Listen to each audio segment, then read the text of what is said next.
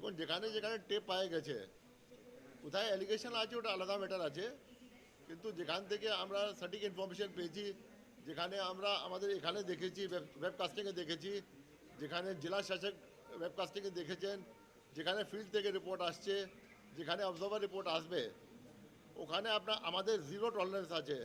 আমরা আগাম বললাম, আর এখন যেটা আছে এসব জায়গা যেখানে পাওয়া গেছে, যেখানে পাওয়া যাবে সব জায়গায় রিপোর্ট হবে।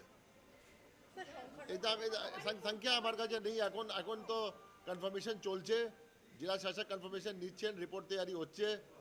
যে বুথে আমাদের পাওয়া যাবে, আতার পাওয়া যাবে কোনো মশিন উপর যদি আমাদের ব্ল্যাক টেপ পাওয়া যাবে या হোয়াইট টেপ পাওয়া যাবে या এনি সাউন্ড অফ মেশিন সঙ্গে ছেড়ছাড় হবে, তারপরে যেটা আছে আমাদের টলারেন্স জিরো আছে, আমরা ওখানে রিপোল করাবো সব বুথে।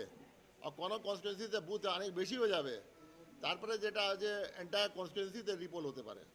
বলছি যারা এরকম করেছে, মানে ইভিএমে কেউ না কেউ তো টেপ লাগিয়েছে, তাদেরকে কি চিহ্নিত করার মধ্যে? দেখুন একটা জিনিস একদম ক্লিয়ার আছে কি যে আমাদের এসওপি আছে, 100 মিটার বুথ যেটা আছে, কাল কাল গত রাত্রি যেটা আছে ওখানে ইভিএম এসছে, তো ওটা সব রেসপন্সিবিলিটি সেন্ট্রাল প্যারামিলিটারি ফোর্সেসে।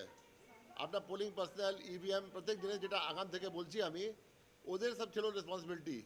ও সময় কিছু হয়নি যেটা আছে, আমি সব চেক করলাম, মকপোল সময় ছিল না, ওর পরে ছিল না। নিশ্চয়ই যে ভোট দিতে যাচ্ছেন, যখন ওরা ঢুকছেন একাতে, যেখানে ওনার সিক্রেসি আছে, ব্যালেট সিক্রেসি আছে, ওই সময় লাগিয়ে দিচ্ছেন। ওটা আমি আমরা চিহ্নিত করবো, এটা নিয়ে আমরা পেতে পারবো না।